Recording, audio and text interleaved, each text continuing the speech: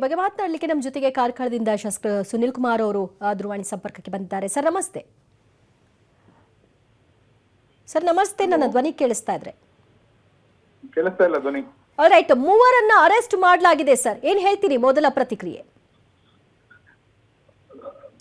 ನಾನು ಇದನ್ನ ಈ ಬಂಧನವನ್ನ ಯಾವತ್ತೋ ಮಾಡಬೇಕಿತ್ತು ಅನ್ನೋದನ್ನ ಒತ್ತಾಯ ಮಾಡಿದ್ವಿ.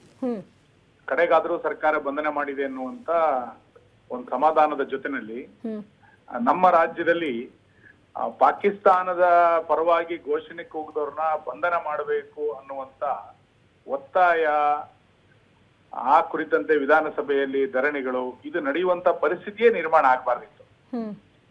ಸರ್ಕಾರ ಇದನ್ನ ಬಹಳ ಎಚ್ಚರಿಕೆಯಿಂದ ಮುತುವರ್ಜಿ ತಗೊಂಡು ಮಾಡಿದ್ರೆ ಇಷ್ಟು ದೊಡ್ಡ ಪ್ರಮಾಣದ ಘಟನೆಗಳು ಇನ್ನು ಮುಂದೆ ನಡೀಲಿಕ್ಕೂ ಸಾಧ್ಯ ಆಗ್ತಿರ್ಲಿಲ್ಲ.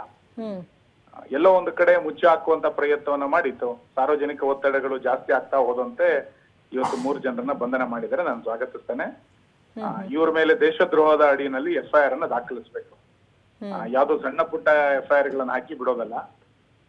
ಎರಡನೇದು, ಇವ್ರಿಗೆ ಯಾರು ಪಾಸ್ ಕೊಟ್ಟಿದ್ದಾರೆ, ಇವ್ರನ್ನ ಕರ್ಕೊ ಬಂದವ್ರು ಯಾರು, ಇವ್ರ ಮೇಲೂ ಕೂಡ ಮೊಕದ್ದಮೆ ಹಾಕ್ಬೇಕು.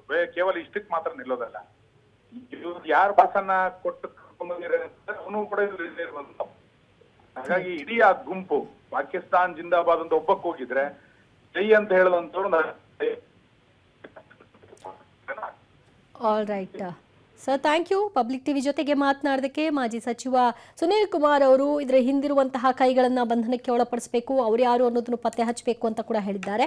ಮತ್ತಷ್ಟು ಮಾಹಿತಿ ಪಡೆಯೋಣ ನಮ್ಮ ಪ್ರತಿನಿಧಿ ಸುಖೇಶ್ ಇಂದ. ಸುಖೇಶ್, ಪ್ರಿಯಾಂಕ್ ಖರ್ಗೆ ಅವರು ತಮ್ಮದೇ ಆದಂತಹ ಒಂದು ವರದಿಯನ್ನ ತಯಾರು ಮಾಡಿಸ್ಕೊಂಡು ಅದರಲ್ಲಿ ಅವರು ಒಂದು ಖಾತ್ರಿಯನ್ನ ಪಡಿಸ್ಕೊಂಡಿದ್ರು. ಅವರ ಒಂದು ರಿಪೋರ್ಟ್ ಈಗ ಸುಳ್ಳಾಗಿದೆ, ಸರ್ಕಾರದ ರಿಪೋರ್ಟ್ ಅನ್ನ ನಾನು ಒಪ್ಕೊಳ್ತೀನಿ ಅಂತ ಹೇಳಿದ್ರು. ಈಗೇನು ಹೇಳ್ತಾರಂತೆ? ದೇವಜ್ಯೋತಿ, ಖಂಡಿತ ಹೌದು. ಮೊದಲು ಸಮರ್ಥನೆ ಮಾಡಿಕೊಂಡದ್ದು ಈ ಘಟನೆ ನಡೆದ ಮರುದಿನ ಮೊದಲು ಸಮರ್ಥನೆ ಮಾಡಿಕೊಂಡಂಥವರು ಸಚಿವ ಪ್ರಿಯಾಂಕ್ ಖರ್ಗೆ ಅವರು. ಮತ್ತು ಇದು ಕಾಲ್ಪನಿಕ, ಆ ರೀತಿಯ ಘೋಷಣೆಯನ್ನು ಕೂಗಿದ್ದಾರೆ ಅನ್ನುವಂಥದ್ದು ಕಾಲ್ಪನಿಕ ಅನ್ನುವಂತಹ ಸಮರ್ಥನೆಯನ್ನು ಮಾಡಿಕೊಂಡಿದ್ರು. ಜೊತೆಗೆ ಅದಕ್ಕೆ ಇನ್ನೂ ಒಂದು ಹೆಚ್ಚುವರಿ ಸಮರ್ಥನೆಯನ್ನು ಕೊಟ್ಟಿದ್ರು. ಖಾಸಗಿಯಾಗಿ ಇದರಿಂದ ಮಾಹಿತಿ ಪಡೆದ ಪ್ರಕಾರ ಆ ರೀತಿಯ ಘೋಷಣೆ ಆಗಿಲ್ಲ ಅನ್ನುವಂಥದ್ದು. ಆ ನಂತರದಲ್ಲಿ ಬಹುತೇಕ ಸಚಿವರುಗಳು, ಶಾಸಕರುಗಳು, ಕಾಂಗ್ರೆಸ್ನವರು ಇದೇ ದಾಟಿಯಲ್ಲಿ ಮಾತನಾಡಿದ್ರು. ಆ ರೀತಿ ಆಗಿಲ್ಲ, ಕೂಗಿಲ್ಲ ಅನ್ನುವಂಥದ್ದು.